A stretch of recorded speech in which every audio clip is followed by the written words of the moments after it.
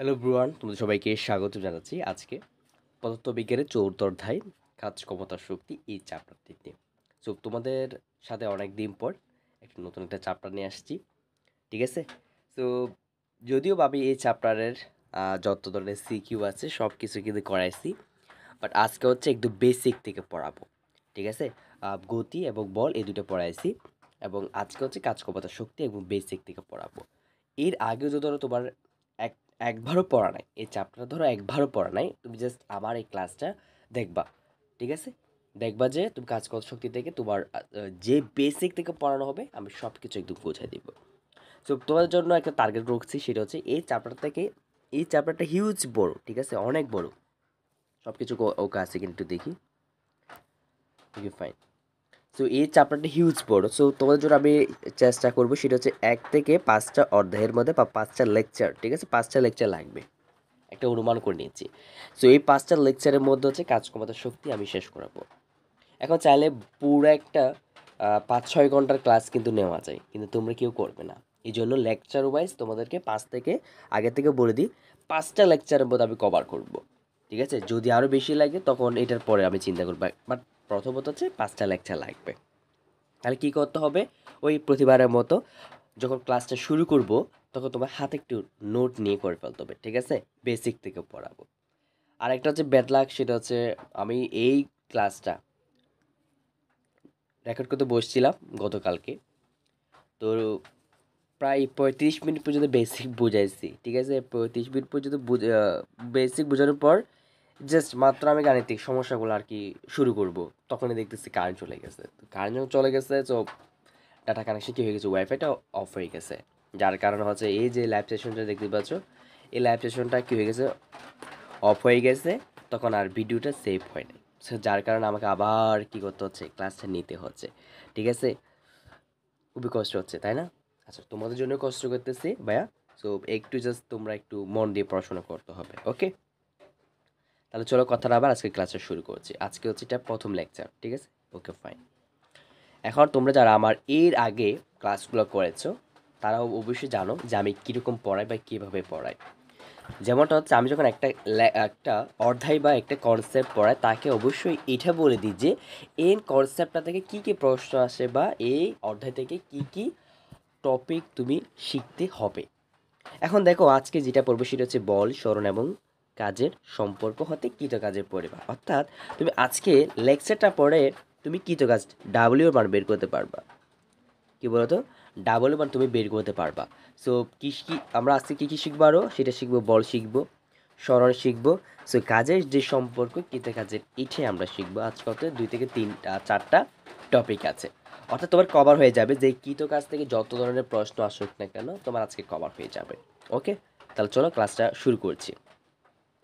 প্রথমে তোমাকে যে বিষয়টা জানতে হবে সেটা হচ্ছে কি বলতো, এই প্রথমে এই চ্যাপ্টারটা পড়ার জন্য তোমাকে বল চ্যাপ্টারটা পড়তে হবে, ঠিক আছে? বাট ঘাবড়ানোর দরকার নাই। যারা হচ্ছে বল একদম পড়ো নাই বাট কাজ ক্ষমতা শক্তি চ্যাপ্টারটা পড়তে আসছো তাদেরকে বোঝাবো। বাট যাদের হচ্ছে আরেকটু বোঝার একটু, তোমার কি বলতো, আর একটু আগ্রহ আছে, তারা চাইলে আমার প্লে লিস্টে গেলে এই বল চ্যাপ্টার ফুল আমি কি বলতো ফুল প্লে লিস্ট সাজিয়ে রাখছি, ওইখানে গিয়ে তোমরা বল ক্লাস মানে বল চ্যাপ্টারে ক্লাসটা করে ফেলবা এবং সিকিউ সলভগুলো একটু দেখে ফেলবা, ঠিক আছে? ওকে, ফাইন। আবার সিকিউ সলভের যেটা আছে ওইগুলো দেখলেও তোমার এনাফ হবে, ওই কারণে কিন্তু আমি বেসিক আলোচনা করছি। তো এবার আসো আমরা বল কাকে বলে, আসলে কী বলতো, বল কাকে বলে? যদি কোনো একটা আমি স্থির বস্তুর উপর ক্রিয়া, কী বলতো, স্থির স্থির বস্তুর উপর, স্থির কী বলতো বস্তুর উপর যদি আমি ক্রিয়া করি, ক্রিয়া করি, যদি তার গতির পরিবর্তন হয়, গতির পরিবর্তন হয়, এই 3টা টপিক মাথায় রাখবে, এত বড় না, জাস্ট 3টা টপিক। একটা হচ্ছে স্থির কোনো বস্তুর উপর যদি আমি ক্রিয়া করি বাহির থেকে, ঠিক আছে? বাহির থেকে আবার ক্রিয়া করতে হবে, সো যদি গতির পরিবর্তন হয় তাকে বল বলছে। আচ্ছা, আর একটা প্রশ্ন আসে না যে বল কেন পড়াচ্ছি, সামনে দেখতে পাবা বল কেন পড়াচ্ছি। কাজ কত শক্তি এই চ্যাপ্টারটা পড়তে গেলে তোমাকে কিন্তু এই যে গতি, বল, এই দুইটা চ্যাপ্টার কিন্তু মাস্ট লাগবে। এখন দেখো, স্থির বস্তুর বলছে এখন ক্রিয়ার কথা, ক্রিয়া যদি হয় বাইরে থেকে আমি যদি কোনো ক্রিয়া করি, ফর এক্সাম্পল দেখো এখানে আমি এই বস্তুটা এখানে আছে না, ধরো এখানে আছে, আচ্ছা আমাদের এটা বুঝে এই বস্তুটা যে এখানে আছে, এখন ধর আমি বাহির থেকে কি করেছি, বল প্রয়োগ করেছি, এখানে বাহির থেকে বল প্রয়োগ করেছি। এখন এই বাহির থেকে বল প্রয়োগ করার পর এই বস্তুটা অবশ্যই কি পরিবর্তন হবে বলতো, স্থান পরিবর্তন হবে না? অবশ্যই স্থান পরিবর্তন হবে কি না? যখন আমি বাহির থেকে এই বলটাকে এখানে ঠেলা বল বলতেছে, মানে ঠেলতেছে, তো আগে ধর এখানে ছিল, এই বস্তুটা যখন ঠেলেছে বা যখন ক্রিয়া করেছে, সো এই বস্তুটা এখান থেকে এখানে চলে আসবে কিনা বলো তো? কথার কথা বললাম, চেঞ্জ হয়েছে কিনা? যদিও বা এখানে যে ইমেজ আর এটা চেঞ্জ হচ্ছে না, বাট তুমি একটু এটা ভিজুয়ালাইজেশন করো যে এখান থেকে এই বস্তুটা কি হয়েছে, স্থানটা পরিবর্তন হয়েছে, অর্থাৎ আমার গতিরও পরিবর্তন হয়েছে, তাই না? তো গতির কীরকম পরিবর্তন হয়েছে, যে এই বস্তুটার আদে ব্যাগ ছিল আগে স্থির, এখন পরে গিয়ে যখন আমি এটাকে ক্রিয়া করেছি, বাহির থেকে কোন ধাক্কা দিয়েছি বা একটা ক্রিয়া করেছি, তখন এটা গতি পরিবর্তন হয়েছে। স্থির থেকে এটা সামান্য তার কিছু গতি কিন্তু বৃদ্ধি পেয়েছে, পরিবর্তন হয়েছে কি না? অবশ্যই। তাহলে কি কোনো বস্তুর উপর যদি আমি বাহির থেকে ক্রিয়া করি, সেখানে যদি গতির পরিবর্তন হয়, তাকে আমরা কিন্তু বল বলে থাকি। ও সে ফুটবল না, ঠিক আছে, মাথা রাখতে হবে। ওটা কি বলো তো, বল বলে থাকি। এই যেমনটা দেখে এখানে তোমার ডান পাশে যে বস্তুটা আছে, এটার উপর আমি বল প্রয়োগ করেছি। এখন এই বস্তুটা বল যখন প্রয়োগ করছি, এটা অবশ্যই কী হবে বলো তো? অবশ্যই এটা নড়াচড়া করবে, করবে কি না? অবশ্যই নড়াচড়া করবে, এটা মাথা রাখতে হবে, ঠিক আছে? Okay fine. তো আশা করছি আমরা বল চাপড়াটা বুঝতে পেরেছি। এবার আসো আমরা কিছু এখানে শিখবো। আচ্ছা, সব কিছু ঠিক আছে, একটু চেক করতে হয় আসলে, গতবারের যে অবস্থা হয়েছিল এই জন্য। আচ্ছা, এখন আমরা বলের এভাবে পেয়েছি কিনা বলো তো, যে F = ma। আমরা বলের সত্যটা আসলে এইভাবে পাই, তাই না? আসলে এটাকে সত্য কিনা আসলে কীভাবে পাই? আসলে এইভাবে পাই না, কিন্তু কি বলতো, এইভাবে পাই না, এটা আসলে ভুল হবে। তাহলে চলো আমরা একটা বের করে শিখি, এটা কিন্তু মাস্ট লাগবে। যখন দেখো নিউটনের দ্বিতীয় সূত্রটা আমরা কিন্তু এটা পাই, অবশ্যই পাই কি না? আমরা নিউটনের দ্বিতীয় সূত্র কী পাই, এটা পাই কি না? অবশ্যই পাই, যে F = ma। এটা কিন্তু সহজে আসে না, বা এটা প্রাথমিকভাবে আসে নাই, এটা অনেক মডিফাই হিসেবে আসে। তোমাকে বোঝাই যে নিউটনের দ্বিতীয় সূত্র কী বলছে, যে কোন একটা বস্তুর ভরবেগের পরিবর্তনের হার, ভরবেগের পরিবর্তনের হারটা লিখে ফেলি, ভর বেগের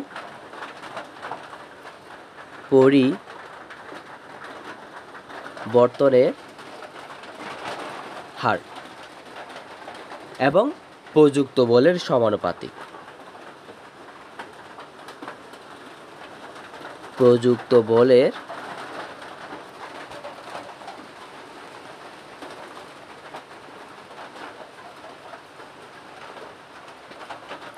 সমানু কি বলতো, পাতিক। এটা হচ্ছে নিউটনের দ্বিতীয় সূত্রের ডেফিনেশন, ঠিক আছে, সংজ্ঞা আর কি। ভালো করে বোঝার চেষ্টা করো। আমার যারা হচ্ছে পদার্থ বিজ্ঞানের সকল মাত্রা যে ক্লাসটা করাচ্ছ, ওইখানে কিন্তু আমি বলেছিলাম যে পদার্থবিজ্ঞানে মৌলিক রাশি হচ্ছে কয়টি, 7টি। তার মধ্যে বর হচ্ছে একটা, বর হচ্ছে কনস্ট্যান্ট ভ্যালু, এটা কিন্তু চেঞ্জ করা যায় না। তোমার বেগের পরিবর্তন হতে পারে, ঠিক আছে, বেগের পরিবর্তন হতে পারে, কিন্তু বর কোনো তোমার পরিবর্তন হবে না, এটা কিন্তু মাথায় রাখতে বলছিলাম। এবার বর বলছে না, দেখো বরকে আমরা কী দিয়ে প্রকাশ করি বলতো, এম দিয়ে প্রকাশ করি। এক্সট্রিমলি ফর দ্যাট, সেটা হচ্ছে যে আমাদের এখানে প্রচুর বৃষ্টি হচ্ছে, আসলে এখন বর্ষাকাল, সেই জন্য হয়তো টিনের একটু আওয়াজ আসবে। সো তোমরা একটু আন্তরিকভাবে আমি ক্ষমা চাচ্ছি, এটার জন্য আওয়াজ আসবে। আমি চেষ্টা করব সামনে যাতে নয়েজ আর একটু কম আসে, বাট এটাই বুঝতে হবে, দেখো এটা প্রকৃতির নিয়ম। তো বৃষ্টি একটু বেশি হচ্ছে। এবার দেখো আমরা বরকে এম দিয়ে প্রকাশ করি, তাই না? সো ব্যাগ দিয়ে কী প্রকাশ করি, ব্যাগের পরিবর্তন যখন বলছে শেষ বেগ মানে আদি বেগ, তাই না? হার কথা বল আমরা কী দিয়ে প্রকাশ করব, সময় দিয়ে ভাগ করব। কী দিয়ে বলতো, সময় দিয়ে ভাগ করব। তাহলে প্রযুক্ত বলে কি, সমানুপাতিক। একটু দ্বারা আমরা চেষ্টা করি। তো বর ব্যাগ একদম ব্যাঙে ব্যাঙে বুঝাচ্ছি, ঠিক আছে, একদম ব্যাঙে বলছি, বেসিক থেকে পড়াবো। তাহলে প্রযুক্ত বলে কি, সমানুপাতিক, এই যে সমানুপাত। আচ্ছা, যারা গতি চাপড়াটা পড়েছে, অবশ্যই তোমরা কত এখন বুড়ো হয়ে গেছো। সো এই সূত্রটা থেকে কী পাই বলো তো, শেষ বেগ মাইনাস আদি বেগ ডিভাইডেড বাই সময়। আমরা এটা কী পাই বলো তো? আমরা এইটার সূত্রটা পাই এ দিয়ে না, ত্বরণের সূত্র পাই কিনা? ইয়েস, লিখে ফেলো যে এফ সমানুপাতিক এম এ। এখন সমানুপাতিক যখন উঠে যাবে তখন একটা কনস্ট্যান্ট ভ্যালু বসাতে হয়। যখন এটা এই যে সমান যখন বসাবো এফ সমান বা কেয়ার ভ্যালু দিয়ে বসাতে হয়। সো এম এ এখানে কিন্তু কে ধরতে হয় 1 ধরতে হবে, বা এটাই ভ্যালুটা মান, তখন এটা আর লিখতে হয় না। So F equal M A এইভাবে কিন্তু আসে। ঠিক আছে, কী বলো তো? এইভাবে কিন্তু আমরা আসি। বুঝতে পেরেছি? সরাসরি কিন্তু এইভাবে আসে না, এটা কিন্তু মাথায় রাখতে হবে। তাহলে অনেক এই যে এই সংজ্ঞাটা থেকে কীভাবে আসে যে ভরবেগের পরিবর্তনের হার প্রযুক্ত বলে সমানুপাতিক, ভরবেগ যেদিকে ক্রিয়া করবে প্রযুক্ত বল সেদিকেও কী বলবো ক্রিয়া করবে। সো আশা করছি আমরা এই বল টপিকটা আমরা আশা করছি ক্লিয়ার হয়েছে আমাদের। ওকে, তাহলে চলো আমরা আস্তে আস্তে আমাদের কাজকর্মের চাপে প্রবেশ করি। শক্তি, তাই না? শক্তি কিন্তু লাগবে কি না? কোনো কিছু করার জন্য শক্তি লাগবে কি? অবশ্যই শক্তি লাগবে। এখন শক্তি কাকে বলে? শক্তি কাকে বলে সেটা হচ্ছে কাজ করার সামর্থ্যকে কি বলে? শক্তি বলে। এবার একটু জাস্ট খেয়াল করো, শক্তি বোঝার জন্য তোমাকে একবার একটা কাজ এই শব্দটি বুঝতে হবে। কি বলো তো? এই শব্দটি তোমাকে বুঝতে হবে। যদি তুমি সুন্দর করে লিখে রাখছে যে কাজের একক কি বলো তো? জুল, এবং কাজের মাত্রা কি এবং এটা। যারা হচ্ছে আমার পদার্থবিজ্ঞানের একক ও মাত্রা কীভাবে বের করতে হয় ক্লাসটা দেখছো, তার কাছে এগুলো ইজি। ঠিক আছে, এগুলো ইজি হয়ে যাবে। প্লিজ তোমরা ওই ক্লাসে দেখে ফেলবা। ঠিক আছে, অনেক কাজ আসবে। আচ্ছা, এবার টাইটেল দাও, কি দিতে হবে? যে আমরা এখন কাজ শিখবো, তাই না? কাজ, কেন কাজ দাও। যখন আসলে আমি ক্লাস রেকর্ড করতে বসি তখন দেখি না হলে বৃষ্টি হয়, না হলে কারেন্ট থাকে না, মানে এই হচ্ছে সমস্যা আমাদের এখানকার সমস্যা। বাট তারপরেও তোমার চেষ্টা করি যাতে সময়ের মধ্যে দেওয়া যায়। এখন কাজ কাকে বলে? বল ও বলের দিকে স্মরণের উপাংশের গুণফলকে কি বলে? কাজ বলে। লিখে ফেলো, বল ও বলের দিকে। এই জন্য আমি বল পড়াচ্ছি। ঠিক আছে, কেন আমি বল পড়াবো বুঝতে পারছো তো? কাজ পড়ার আগে তোমাকে এই বল চ্যাপ্টারটা পড়তে হবে। বল ও সম্পূর্ণ চ্যাপ্টারটা না, বাট ও টপিকটা তোমাকে বুঝাইছি। সো বল ও বলের দিকে স্মরণের উপাংশ, স্মরণের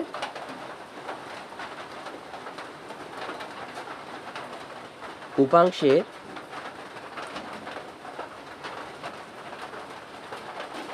গুণফলকে কাজ বলে। আচ্ছা, এগুলো কিন্তু কথা আসার পসিবিলিটি একটু বেশি থাকে। এখন কি বলছে? বল ও বলের দিকে স্মরণের উপাংশের গুণফলকে কাজ বলে। আচ্ছা, সূত্রটা একটু লিখে ফেলি যে ডাব্লিউ ইকুয়াল এফ এস, এটা হচ্ছে সূত্র। এটা কি বলতো? এটা হচ্ছে কৃতকাজের সূত্র। তোমরা এইটা দিয়ে ব্যাত করবো।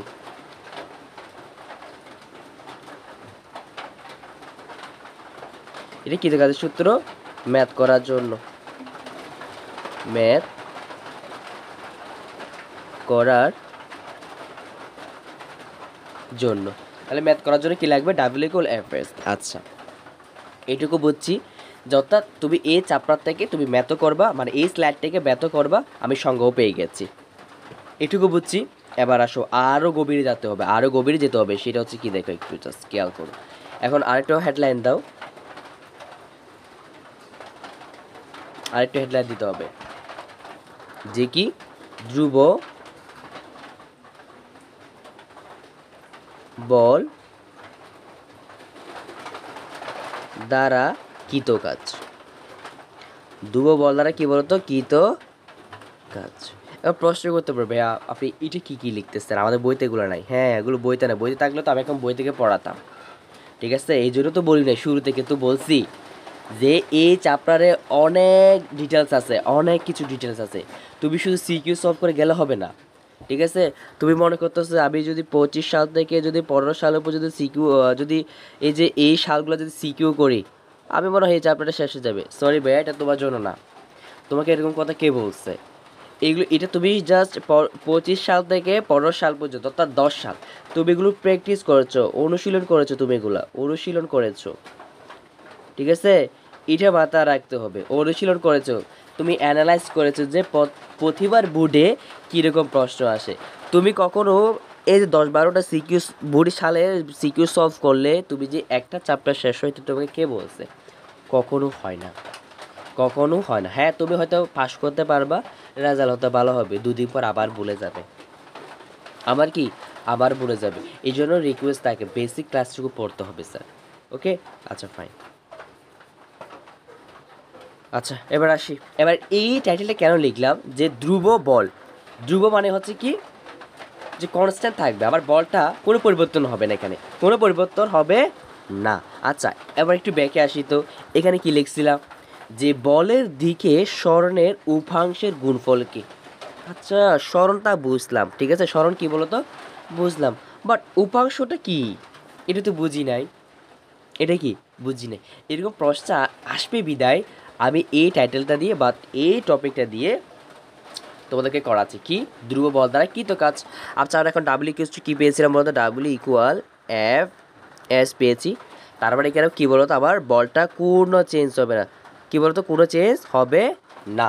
তাহলে চেঞ্জ হবে কোথায়, আবার চেঞ্জ হবে হচ্ছে, ধরো স্লাইডার আছে কিনা দেখি, হ্যাঁ আছে। আমার চেঞ্জ হবে কোথায়, স্মরণের দিকে। স্মরণের উপাংশের কথা বলছে, স্মরণে কী বলতো উপাংশের কথা বলছে। একটু জাস্ট খেয়াল করো, যদি তোমাকে এখানে উপাংশের কথা আসে, যদি উপাংশের উল্লেখ দেয়, যদি তোমাদের উপাংশ নাই, উপাংশের রিলেটেড ম্যাথ না যদি দে, তাহলে এটা উপাংশ কিন্তু দুই ভাগে ভাগ করছে, একটা হচ্ছে সাইন থিটা, ঠিক আছে, এবং আরেকটা হচ্ছে কি কস থিটা। কী কী মনে থাকবে, উপাংশ যদি কথা বলে সাইন থিটা এবং কস থিটা। এখন প্রশ্ন আসে সাইন থিটা কখন লিখবো, সাইন থিটা লিখবো তুমি যখন লম্ব বরাবর থাকবে, মানে ওইরকম যখন উপর লম্ব তো বুঝো। যখন কস থিটা কখন লিখবো, যদি তোমার আনুভূমিকের সাথে থাকে, ঠিক আছে। কস কখন হয়, যে ভূমি বাই অতিভুজ, লম্ব কখন হয় লম্ব বাই অতিভুজ, এটা মাথায় রাখবে। তাহলে সাইন থিটা কখন লিখবো, যখন আমার কাজটা উপরে বা বাতাসের সাথে হবে তখন সাইন থিটা লিখবো। আর কস থিটা কখন লিখবো, যখন আমার আনুভূমিকের সাথে থাকে আর কি। আচ্ছা একটু পরপর দেখাবো একটু। আচ্ছা এগুলো বুঝে ফেলতেছি, ঠিক আছে, এগুলো তোমরা তুলে ফেলবা। আচ্ছা তাহলে লিখি যে আমরা ডাব্লিউ এফ এস দেখছি। আচ্ছা এখানে আমার বলটা কী থাকবে, কেন আমার বলটা হচ্ছে ধ্রুব থাকবে। কী থাকবে বলো তো, ধ্রুব থাকবে। এখন আমার এই বলটা স্মরণের সাথে যদি থিতাকোণ উৎপন্ন করে, কী করুন বলো তো, থিতাকোণ উৎপন্ন, তখন কী হবে একটু জাস্ট খেয়াল করো, যে ডাব্লিউ ইকুয়াল আবার এফ কিন্তু কী থাকবে বলতো ধ্রুব থাকবে। তাহলে আমার স্মরণটা থিতাকোণ কী করবে, থিতাকোণে উৎপন্ন করবে। থিতাকোণ কী করছে, উৎপন্ন করেছে। সিম্পল একটা ব্যাপার, আশা করি বুঝতে পেরেছি যে আমার ধ্রুব বলটা আমার ধ্রুব বল মানে হচ্ছে এফ ভেক্টরটা কী হবে না, কোনো চেঞ্জ হবে না। তাহলে এখন স্মরণের সাথে যদি থিতাকোণ উৎপন্ন করে, কীরকম থিতাকোণ উৎপন্ন করে একটু জাস্ট এবার একটু দেখি। আচ্ছা ধরো বড় করে এটা হচ্ছে একটা ববি, ঠিক আছে, এটা একটা কী বলতো ববি। আচ্ছা এটা একটা বস্তু,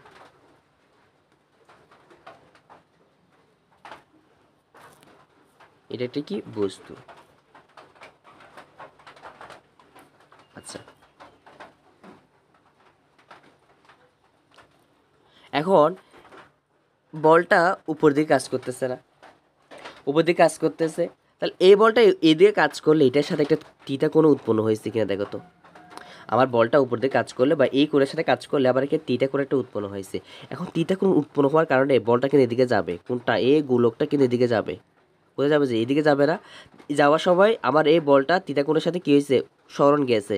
তাহলে এই যে এইটা হবে এফ কস থিটা।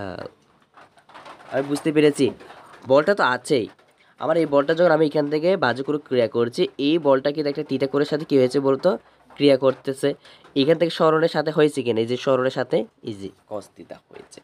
সো এখান থেকে কিন্তু কি বলতো এই যেটা লেখা হয় সেটা হচ্ছে W equal F S cos theta.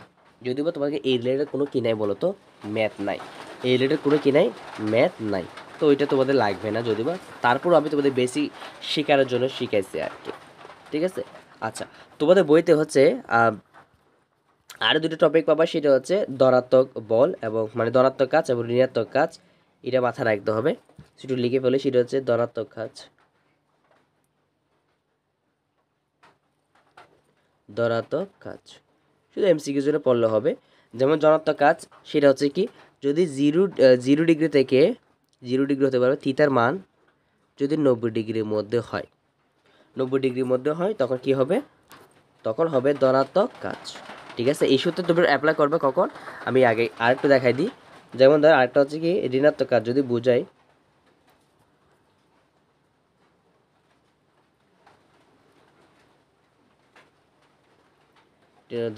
ঋণাত্মক কাজ। আচ্ছা, ঋণাত্মক কাজ মানে কি, যদি থিটার ভ্যালু 90 ডিগ্রি হতে পারবে, ঠিক আছে, 180 ডিগ্রি কি এর মধ্যে হলে ঋণাত্মক কাজ। তাহলে আমরা এই থিটা সূত্রটা কোথায় ব্যবহার করবে, যে দেখো ডাব্লিউ ইকুয়াল আমরা কোথায় পেয়েছিলাম, যে এফ এস কস থিটা। এখন ধর তোমার কাজটা হচ্ছে ধনাত্মক করতে চাও, তাই তো, ধনাত্মক করতে চাই। এখন এই ভ্যালুটার মধ্যে তুমি যদি চাও যে এফ এস কস হচ্ছে কত ডিগ্রি, 16 ডিগ্রি, এই মানটা বসাবা। এই মানটা বসালে তোমার কৃত কাজ কি বের হবে, পজিটিভ বের হবে। কি বের হবে, পজিটিভ বের হবে। তাহলে তুমি এই ভ্যালুটাও যদি বসাও যে এফ এস, তখন নেগেটিভ হবে আর কি, যে এফ এস কস তোমার হচ্ছে 120 ডিগ্রি, ধরো 120 ডিগ্রি বসালে এফ এস, তখন এটা মাইনাসে ভ্যালু বের হয়ে যাবে। সো এইভাবে বসাবো আর কি, বুঝতে পেরেছি। আমরা তিথার মানটুকু শুধু যাচ্ছে ওই যে তিথার মান এইখানে বসাবো, তিথার মানে বসালে আমাদের ভ্যালুটা পজিটিভে আসবে এবং নেগেটিভে আসবে। ঠিক আছে, বুঝতে পেরেছি। আচ্ছা ফাইন, ওকে ফাইন। তো আশা করি বুঝতে পেরেছি। আবার চলো, কত মিনিট হয়েছে, আচ্ছা 20 মিনিট। ঠিক আছে, 20 মিনিট আমরা হচ্ছে কিছু বেসিক কথাবার্তা বলছি আর কি। তো এবার চলো আমরা গাণিতিক সমস্যা সমাধান করি। বেশি বেশি যত বেশি প্র্যাকটিস করবে, দেখবে তোমার এই টপিকের যত আর কোনো প্রবলেম থাকবে না। ঠিক আছে, ওকে ফাইন। ক্লাস ডিউরেশন কখন হয়, কতক্ষণ হয়, যে আজকের ক্লাসটা টপিক তো কম, অবশ্যই আজকের ক্লাসে একটি ক্লাসটা বেশি বড় হবে না। ঠিক আছে, আমি বড় করতেও চাই না, বাট দেখা যায় যে অনেক বড় হয়ে যায়। ঠিক আছে, থাকবে মিনিমাম 1 ঘন্টার মধ্যে থাকবে। এখন দেখো সমস্যা ওয়ান কি বলছে, আমরা সূত্র কি মাথা রাখতে বলছে, আমরা সূত্র মাথা রাখতে হবে, সেটা কোনটা, এই যে ডাবল ইকুয়াল এফ এস। এইটা হবে কখন, এটা হবে যে ববির জন্য। ঠিক আছে, আনুভবিক যদি বোঝাই,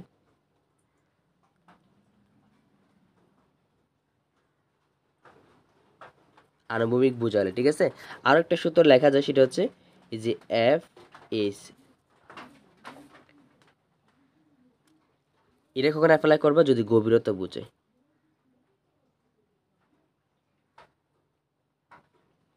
গভীরতা যদি বোঝে। ঠিক আছে, আমরা বুঝতে পেরেছি, যাতে ওইখানে যখন ম্যাথ সলভ করাবো তখন যাতে প্রশ্ন না আসে।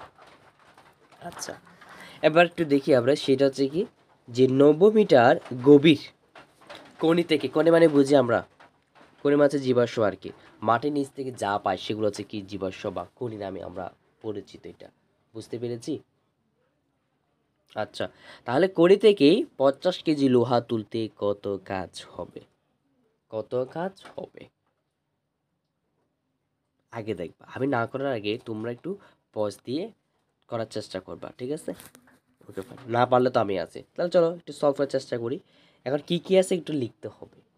এখন 90 মিটার গভীর কথা বলছে, তার মানে কি বলছিলাম, যে এইচ 90 মিটার, কোনি থেকে 50 কেজি লোহা, তাহলে বর কত, বর হচ্ছে কত, 50 কেজি। কত কেজি, 50 কেজি বর, এটা কিন্তু মাথায় রাখতে হবে। আচ্ছা, লোহা তুলতে, মনে করো এখন এটা হচ্ছে এখানে, তো এখানে তুলতেছে না, গভীর থেকে তুলতেছে, সো গভীর থেকেও তুলতেছে, এটা মাথায় রাখো। এই নিচে বস্তুটা থেকে উপর দিকে উঠতেছে, তার মানে এটা হচ্ছে কি এস, এটা কি এস। তো এখানে একটা অভিকর্ষণ কাজ করবে কিনা, অভিকর্ষণ কাজ করবে, জির ভ্যালু কত হবে, 9.8 মিটার পার সেকেন্ড স্কোয়ার। তাহলে কৃত কাজ কি, ডাবল ইকুয়ালস টু হোয়াট, আমি লিখে ফেলি, যে ডাব্লিউ ইকুয়াল এফ এস, কি বলতো, এফ এস। এটা কেন লিখলাম, ওই যে বললাম গভীরতার জন্য। তারপরে এফকে ভেঙে ফেলো, যে এম জি এইচ হবে। তো এম এর ভ্যালু কত, 50, 9.8 ইন্টু এইচ কত, এইচ হচ্ছে 90 মিটার। এখন এটাকে যদি আমি 10 চিন্তা করি তাহলে কত হবে, 900, তাই না? তো 900 সাথে 5 গুণ করলে কত হবে, যে 5 9 45, 0 3টা বের হয়ে আছে। মুখে মুখে করলাম, যদিও বা 445 এর চেয়ে একটু কম হবে। আমরা একটু ক্যালকুলেট করি, ঠিক আছে? যে 50 গুণ 9.8 গুণ কত, 90 আসছে। এবার কাছাকাছি আসছে আর কি। সো এটার আনসার আসছে কত, আনসার একটু লিখি। আনসার কত আসছে, যে 44,100। এই যে আমি এখানে একটা ম্যাথ করছি না, এটা কিন্তু বুকে বুকে করছি। কীভাবে, এই যে এই 9.8টাকে আমি 10 ধরছি। আমরা যখন এই চার অনেক বড় বড় ম্যাথ করি তখন আমরা একটু ধরে নিই, বা কাছাকাছি মান ধরে নিই আর কি। তুমি যদি এটাকে এমসিকিউতে কিন্তু অ্যাপ্লাই করতে পারবা, ঠিক আছে? Okay fine. এবার চলো আমরা সমাধান, মানে সমস্যা 2টা একটু সমাধান করি, ঠিক আছে? ওকে ফাইন, চলো। যে 70 কেজি একটা বরের ব্যক্তি উঁচু পাহাড়ে আরোহণ করলে, কি করলে, আরোহণ করলে তিনি তিনি কি করবেন? কি কি দেওয়া আছে একটু দেখি। যে এম এর বর দেওয়া আছে কত কেজি, 70 কেজি। এখন প্রশ্ন আসবে, উঁচু পাহাড়ের ক্ষেত্রে কি আমি এইচ ব্যবহার করব? না, এইচ এইচ ব্যবহার করার পথে আবার গভীরতা বোঝালে, ঠিক আছে? এখন উঁচু পাহাড়ে আরোহণ করলে কথা যখন বলছে, তার মানে এটা একদম ইজিতে, কি বলতো, ইজিতে চলে আসবে। এস হবে কত হবে, 200 মিটার, 200 মিটার। আমরা ডাবল কিছু লিখে ফেলি, ডাবল হচ্ছে এফ এস। এখন এখানে উঁচু তো উঠতেছে না, এই যে উঁচু কথাটা, উঁচু যখন কথা উঠতেছে এখানে কি কাজ করবে বলতো, অভিকর্ষণ কাজ করবে। তো এটাকে ভেঙে ফেলতে হবে, এম জি এস। এম এর মান কত, 70 ইন্টু 9.8 ইন্টু কত, 200 মিটার। তো বেশি আলাদা আলাদা করতে পারবে, বাট একসাথে করা যায় আসলে। এটা ক্যালকুলেশন করে ফেলো, যে 70 গুণ 9.8, এটা হবে, সেটা হচ্ছে 1,37,000, 1,37,000 কত, 200 জুল, ঠিক আছে? আমি এখানে জুল দিয়েছি কিনা একটু দেখি। জুল কাজ করছে, খুব ইজি ইজি, ঠিক আছে? তোমরা কাজ ক্ষমতা শক্তি আমরা যত আস্তে আস্তে যত করব তত কিন্তু আগে সহজ দিয়ে করাচ্ছি, ঠিক আছে? যত আস্তে আস্তে আর যাবে দেখবা যে আরো অনেক কঠিন কঠিন আসবে, ঠিক আছে? এগুলো তো জাস্ট আরো সহজ সহজ আসতেছে, ঠিক আছে? বাট তুমি যদি এই চ্যাপ্টারটা খুবই সহজে করতে পারো, আমার সাথে যদি শেষ করতে পারো, উপরে তোমার ট্রাস্ট করতে পারি, এই চ্যাপ্টার থেকে যে ধরনের ম্যাথ আসুক না কেন তুমি সলভ করতে পারবে, ঠিক আছে? এখন সমস্যা 3 কি বলছে, যে 200 নিউটন বল, তার মানে আমাকে এখন অ্যাপ বের করতে হবে না, অটোমেটিক চলে আসছে।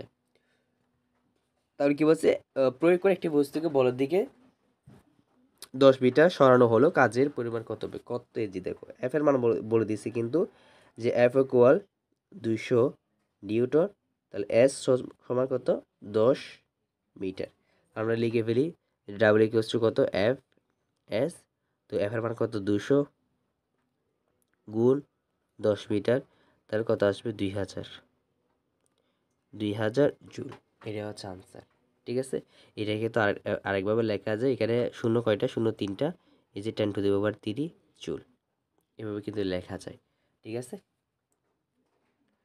Okay fine. এবার চলো আমরা সমস্যা 4-এর মধ্যে আসি।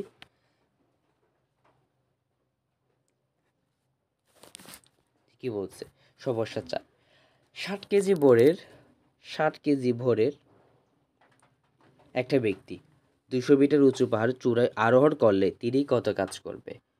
তিনি কত কাজ করবে, এটা তোমাদের জন্য হচ্ছে হোমওয়ার্ক। এটা তোমাদের জন্য কি হোমওয়ার্ক করে যাবা, আনসারটা বলবা কমেন্টে, পারলে কমেন্টে বলে ফেলবা। এটা কিন্তু এটা করাইছে, এই যে 2 নাম্বারটার মতো, তাই না? একদম হুবহু 2 নাম্বারটার মতো, একদম 2 নাম্বারটার মতো, ঠিক আছে? ওকে ফাইন, আমরা শেষের দিকে চলে আসছি একদম। সো সমস্যা 5, সেটা কি বলছে, 10 নিউটন বল কোনো একটা বস্তুর ক্রিয়া করে। সো বস্তুটি বলের দিকে 6 মিটার সরে গেছে, যে কাজের পরিমাণ কত হবে, কত হবে? সেখানে আমরা লিখে ফেলি, যে ডাব্লিউ ইকুয়াল এফ এস। তাহলে এফ এর মান কত, 10, তাহলে এস এর মান কত, 6, 60 জুল কাজ করছে, তাই না? আচ্ছা, যদি তো রেখা দেখে আমাদেরকে যদি ত্বরণ যদি বের করতে বলে তখন কি করবা? যদি ত্বরণ বের করতে বলে, যখন ত্বরণ বের করতে বলবে তখন কিন্তু এম দেওয়া থাকবে, কি বলতো, এম হ্যাভ দেওয়া থাকবে কিন্তু, যদি ত্বরণ বের করতে বলে। সো অনেক কিছু কিন্তু ঘুরে ফিরে কিন্তু এই প্রশ্নগুলোতে করা যায়, সো এটা কিন্তু মাথায় রাখতে হবে, ঠিক আছে? সো আমরা আজকে তাহলে শেষ করছি বলতে হচ্ছে আজকে হচ্ছে আমরা যে কৃতকাজ রিলেটেড যতগুলা টপিক থাকবে, বা কৃতকাজ এত কঠিন করে না, ঠিক আছে? আমি টপিক ওয়াইজ তোমাদের আলাদা করেছি, এই জন্য এইগুলো প্র্যাকটিস করার জন্য রাখছি। আর এই এটা এই সমস্যাটার সমাধান কিন্তু আমি কমেন্টে বলে যাবো, ঠিক আছে? কমেন্টে বলে যাবো, ঠিক আছে? ওকে, ফাইন। সো আশা করছি আমরা হচ্ছে লেকচার 1 এখানেই শেষ করব। সো লেকচার 1-এ যে টপিকগুলো ছিল সবগুলো কিন্তু কভার করাইছি, মানে এই তুমি আজকে লেকচারটা করে গেলেও তুমি ঘ নাম্বারটা তোমার আনসার করতে পারবে, ঠিক আছে? তুমি 3-এর আনসার করতে পারবে আজকে ক্লাসটা করলেও, ঠিক আছে? সো ক্লাসটি যদি তোমার ভালো লাগে থাকে অবশ্যই চ্যানেলটা একটু সাবস্ক্রাইব করে রাখবা। আর এখনও আমারটা নতুন চ্যানেল, সো এই জন্য হয়তো একটু দেরি হয়, তোমরা নোটিফিকেশান পাওয়ার জন্য অবশ্যই নোটিফিকেশন অন করে রাখবা। আর যারা হচ্ছে ফ্রিতে ক্লাস করতে চাও অবশ্যই সেটা জানাবে, এবং ক্লাসগুলো তোমাদের ফ্রেন্ডদের মাঝে একটু শেয়ার করে দিবা, ঠিক আছে? ওকে, ফাইন। সো আর এই যে চ্যানেলটা একটু সাবস্ক্রাইব করে রাখবা, আর হচ্ছে ক্লাসের পিডিএফ এবং ক্লাসের সব কিছু নোটিফিকেশান পাওয়ার জন্য তোমরা চাইলে টেলিগ্রাম চ্যানেলে যুক্ত হয়ে যেতে পারো। অলমোস্ট কয়েকজনে যুক্ত হয়ে গেছে। এবং হচ্ছে এই নামে তোমরা এই যে অভিষেক ক্লাসরুম, এটা নামে হচ্ছে ফেসবুক পেজ পেয়ে যাবা। সো ফেসবুক পেজ বা অ্যাকাউন্ট থেকে থাকলে অবশ্যই তোমরা ওই ফেসবুক পেজটাকে তোমরা ফলো করে রাখবা, ঠিক আছে? একটু ফলো করে রাখবা ফেসবুক পেজ। এবং লার্ন স্কোর এসএসসি প্রিপারেশন, এটা হচ্ছে ফেসবুক গ্রুপ, তোমরা এই গ্রুপে চাইলে জয়েন হয়ে ফেলবা, ঠিক আছে? ওকে, ফাইন। সবার জন্য দোয়া করবা, দোয়া করতেছি, আমার জন্য একটু দোয়া করবা, সবার ভালো হোক। তো দেখা হবে আরেকটি ক্লাসে।